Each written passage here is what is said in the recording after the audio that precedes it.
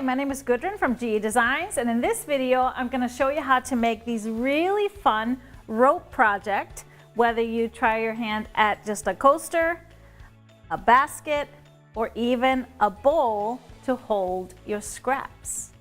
Let's start on our rope project. First off, you want to have ideally 100% cotton rope. I recommend a diamond braid or a solid braid rope.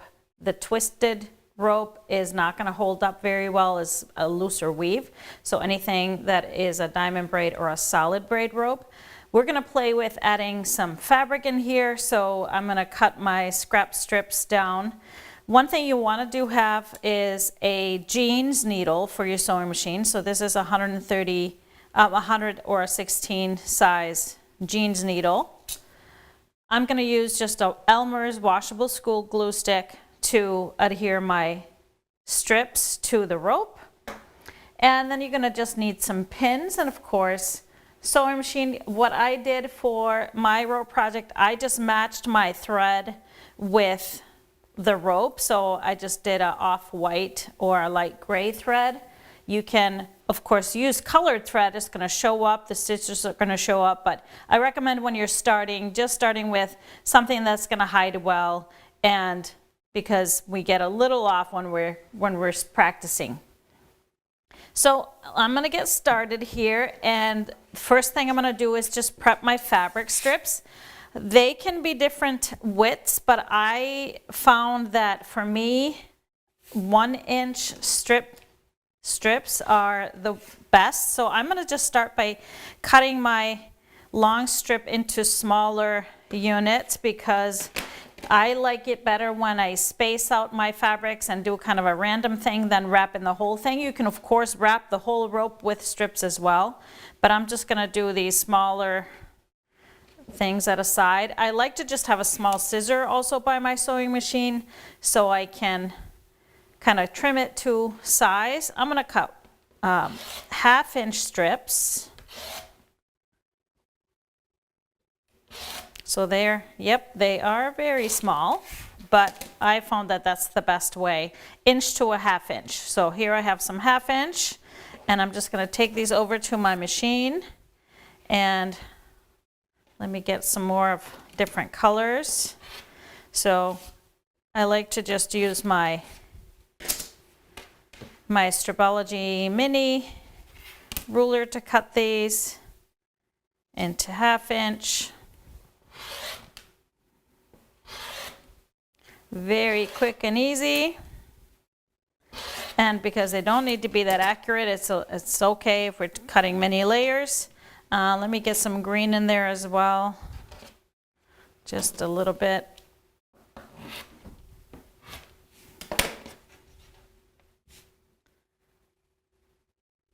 And this is a little bit smaller.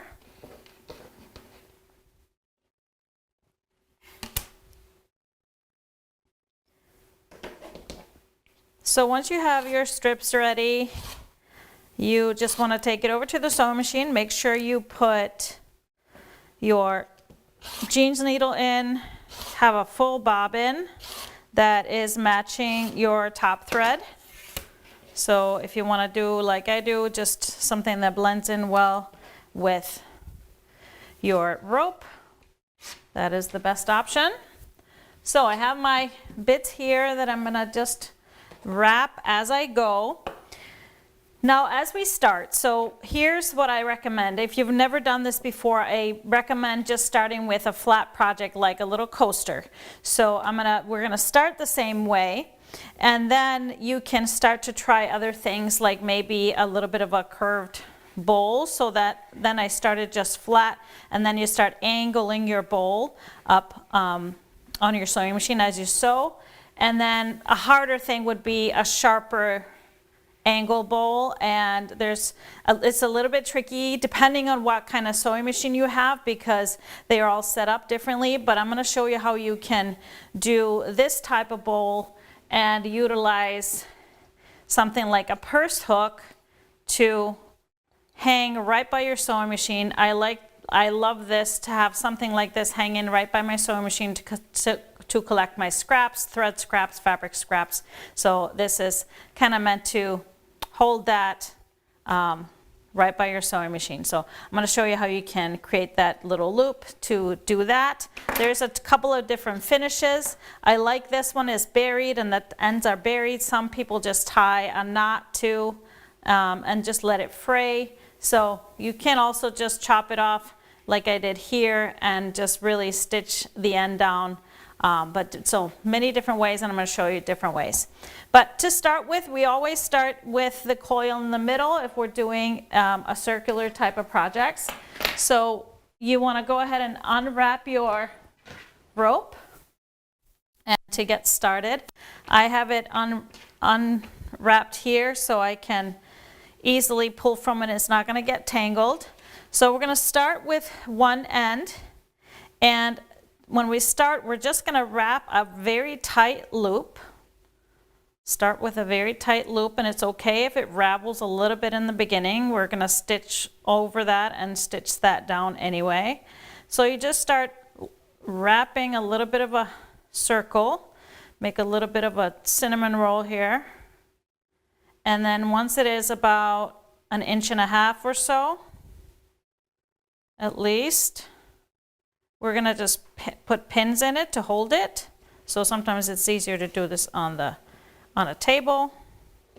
We're just wrapping until it's about 1.5 inches. And then I'm going to take my fine pins and just stick it right in through here. So making sure it's laying flat. We're going to put these pins in on like 3 sides is good. And so as we start to sew, you can do this with the zigzag, or you can do it just with a straight stitch. I'm going to just draw it with a water erasable pen to show you. So you want to go in with your straight stitch or your zigzag and go just straight across, all the way across here, and then make a kind of an X, opposite direction, and then you want to go 2 more times to stitch this flat down like this. So create a little star right in the middle. So as you can see, across, cross, and then in between, and that will hold this together. So like I said, you could do this with a straight stitch, or you can do it with the zigzag stitch that we're going to be using for the machine. So now you're going to take this to your machine and get started. Like I said, I recommend you try something like this, which is you're just looping around until you have a size that you're happy with. So a coaster or a little hot pad, trivet, or even as big as a little candle mat or a placemat, and then go from there. So we start here, and starts the same whether we're doing a bowl, a basket, or whatever we want to end up with. So I'm going to take this to my sewing machine and show you how I set up the machine for the stitching. So I'm going to start with my straight stitches across. I'm just going to do my zigzag. So what you want to set your zigzag up as, you want to have it pretty wide. I have mine at 4.5. You can go up to 5mm wide. I have 4.5, which works great for me in this size rope. And then the length of it, I have about 1.8 millimeters. I think it's better to have it a little bit smaller because you're going around tight curves, especially to begin with, but you can try different things. So I'm going to start with my zigzag, just going straight across since I have matching threads.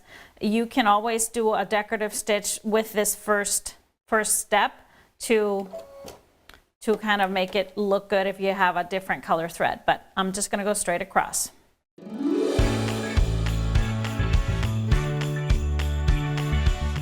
From here, I'm just going to back up, go backwards into the center, and then I'm going to turn and go out on all the angles of those lines that I drew. So go forward and backwards back into the center.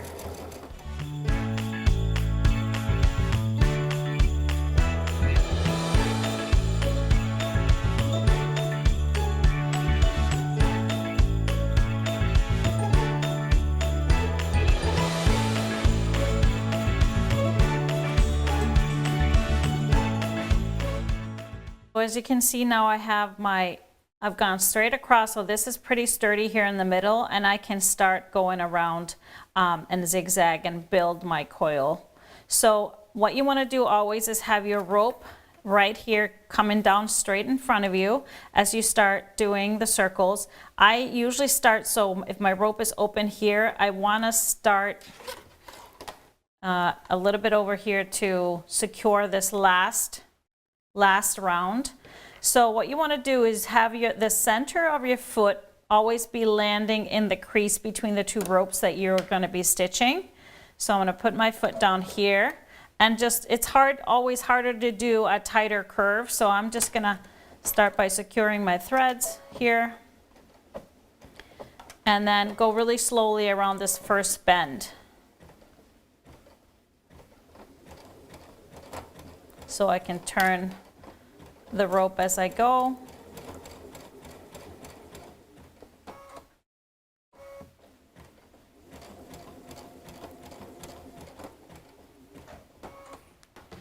So now I have the rope in the at the right angle, ready to start stitching around. So again, you want to have the rope going straight here, and then you control with the piece that you're stitching on with your left hand. So you see that little crease right here coming in the middle, that's where you want to angle your foot, and then just keep turning your side unit here so that you're always catching both sides of the rope and pushing it in a little bit to make sure that it doesn't become a gap between the two.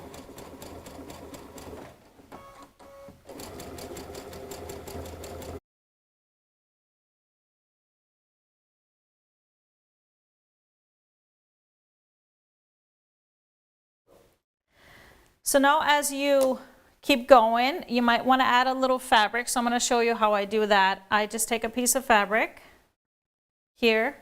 You want to take your glue stick and just put a little bit of glue right on the end. And I put it underneath the rope. Just wrap it around to start with and kind of push down on it.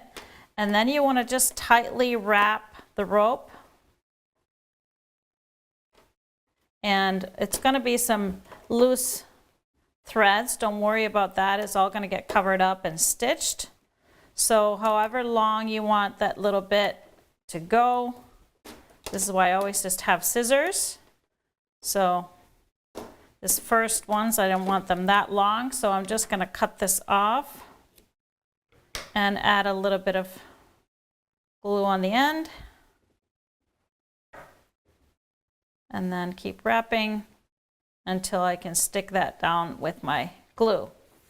So now I'm ready to continue on with stitching.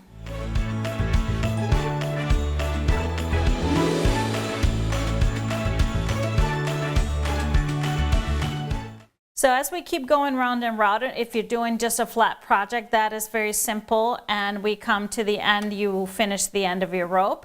But if you want to start angling and do a bowl or a basket, you would just, whenever you have the base size that you want, you start angling your piece upwards, and then you start doing those rounded edges. So what's going to be limiting for you is probably the way your machine is set up. So mine has not much space right here because I have my needle threader, and it has quite a big piece coming out this way. So sometimes if you have a vintage machine that has a pretty flat side here, it's going to make this easier to make those types of projects. But I was able to do both of my projects, both of those bowls. The basket was wider in the middle, so I was just able to go up on the sides as it got bigger. Now the tighter bowl was a little bit harder because I wanted the sides to be pretty flat, so I had to just bend it as I started angling. So whatever you feel like doing, I want to try this wider bowl. I didn't start angling it until I had about a 4-inch flat base. And with this one, you want to start angling with about a 2.5 inch base. So I'm going to go once around, and then I'm going to start angling this up because I want to show you how to make the little bowl that I use for scraps.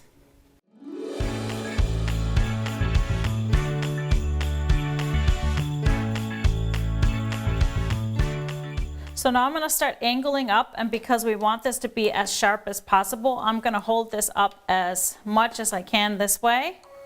And so I'm just going to keep stitching around.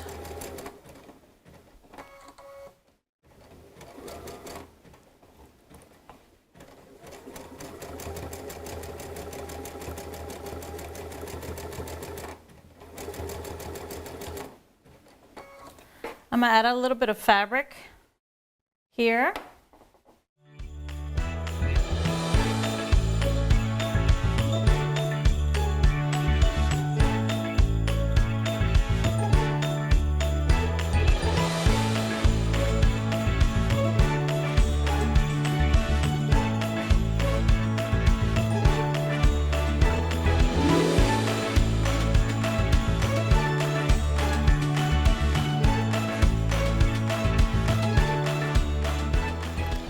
Now normally I wouldn't cut the threads, but I wanted just to show you I'm starting to create those sides, and they are gonna be angled. It's hard to get complete 90-degree sides, but as you can see, it's on the same track as being this. So I'm gonna just keep adding fabric as I go around, and what you'll see as I start building this, I'm gonna have to start crunching it down just to be able to go around, but it's literally same process, just keep going the same way.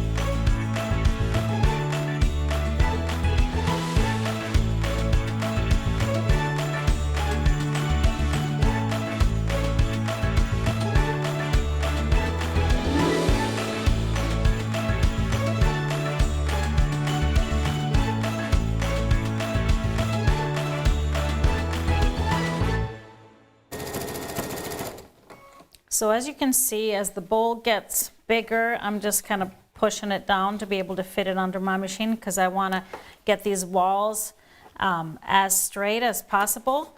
You might have noticed I have my machine setting so it always ends with a needle down. If you don't have that setting on your sewing machine, you might want to make sure if you're going to stop and wrap or do something to always put your needle down, because then it'll stay exactly where you left off.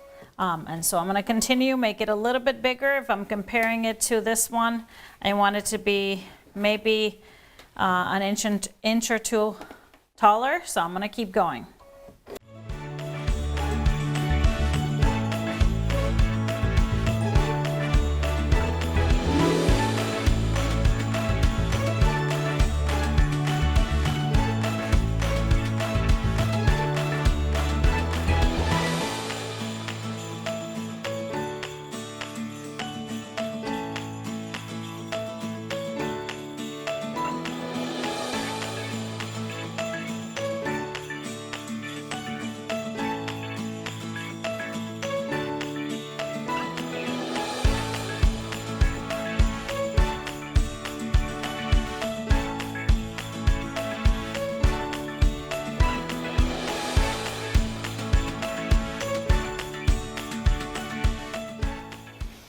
So I think I'm happy with what my bowl looks like now. And it actually is just a little bit deeper and tighter than my first one. So now what I want to do is create that loop on the inside. The reason why I do it on the inside so that when it hangs, it doesn't hang all the way so stuff doesn't fall out. So what we want to do here is I'm going to just use my pin. So I want to cut off a bit of rope. I'm going to leave probably about a foot here just so I have enough. And then I want to angle this inside to where I want this to be. This looks good to me. And then I'm going to pop a pin right here at the top where it loops back up. And tighten that in. I'm going to put it on both sides so I can keep this nice and tight. And then I'm going to zigzag down this way and a little bit in and secure it. And then I'm going to start on this side again, zigzag a little bit in here and then keep going on the outside and probably create just a loop to finish it off here.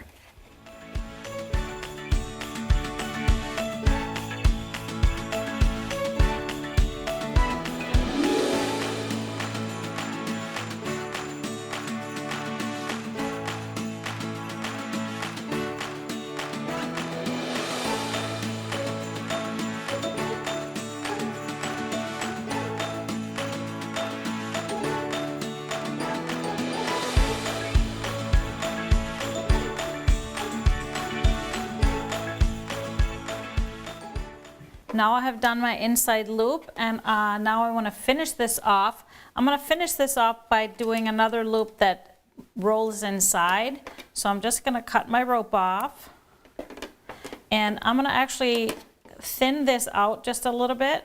So cut a little wedge to make it easier to fold in. So as we fold this in, I'm also going to use a pin to stick it right here. I'll just open this up to show you.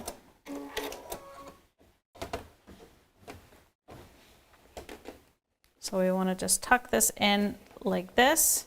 I'm going to put a pin right through where it's going to loop inside. So I'm going to keep stitching. I'm going to stitch all the way to the end of the loop. I'm going to back stitch back and then go over this intersection right here and go a few times just to secure my threads.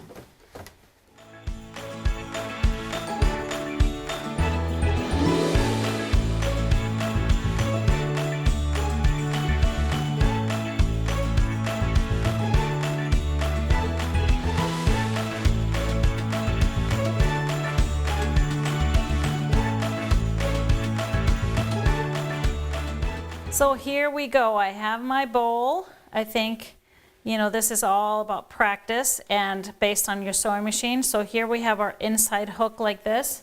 And of course that I meant that to hook a little purse hook or any other hook so this can sit at my sewing machine and collect my little cutoff threads or whatever else as I sew, and then we can discard them.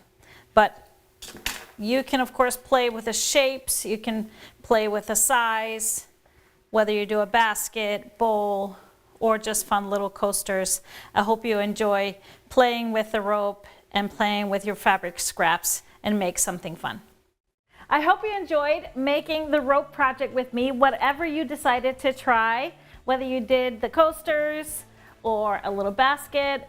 I love this idea of having the bowl hanging right by your sewing station to catch all those scraps and loose threads as you work. Thank you for watching, and I'll see you next time.